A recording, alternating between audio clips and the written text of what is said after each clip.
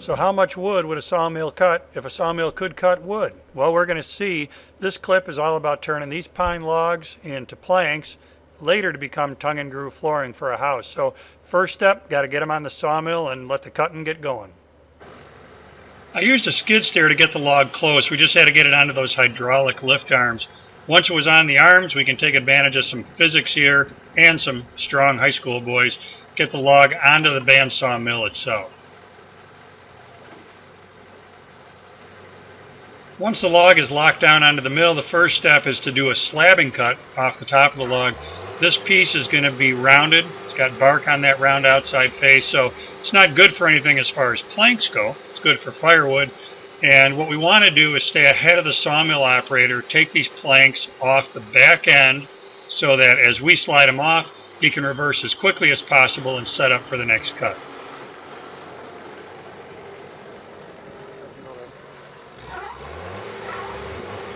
On this sawmill, it's fairly automated. The head of the machine is indexed so it drops down the right amount to result in planks that are slightly over an inch thick. Slightly over because as the planks dry, they're going to shrink. That's going to result in 1-inch material from which I can make 3/4 inch flooring.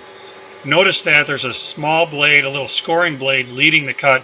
What that's doing is working its way through the bark, hopefully knocking out any junk that's in the bark, rocks, dirt, sand, because that material is very hard on the bandsaw blade.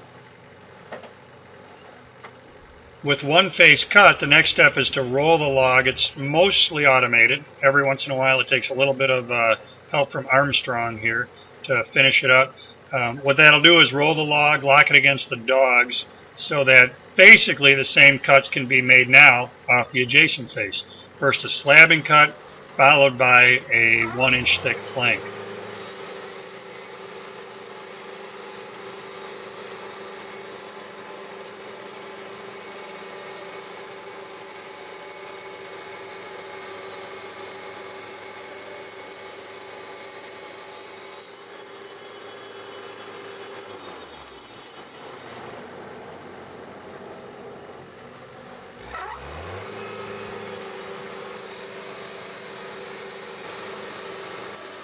Well, you're probably understanding the rhythm of this operation. What we did was roll the log again, did 2 cuts on that edge, rolled it one more time, 2 cuts on that face. That results in what's basically a big square beam laying on the saw. Now this is where a good operator is going to get everything calibrated so that he cuts, leaving a 1-inch thick plank on the bed of the sawmill when he's done. The other thing that we're doing here is I don't want the center cut. I don't want the pith of the log. It's pretty unstable. It's not going to make good flooring. So when we get to that point, instead of a 1-inch thick cut, we're doing a 2-inch cut there. I'll air dry that material. We'll set it aside, and I'll use it as dimensional lumber someplace else. You'll see when the boys grab that one, it's just a little bit heavier.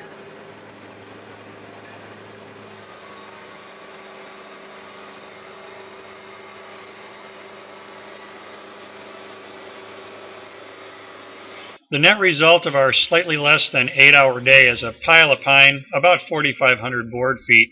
It's dripping wet. It's about 30% moisture, so it's got to go off to a kiln next to get down to 6% for flooring.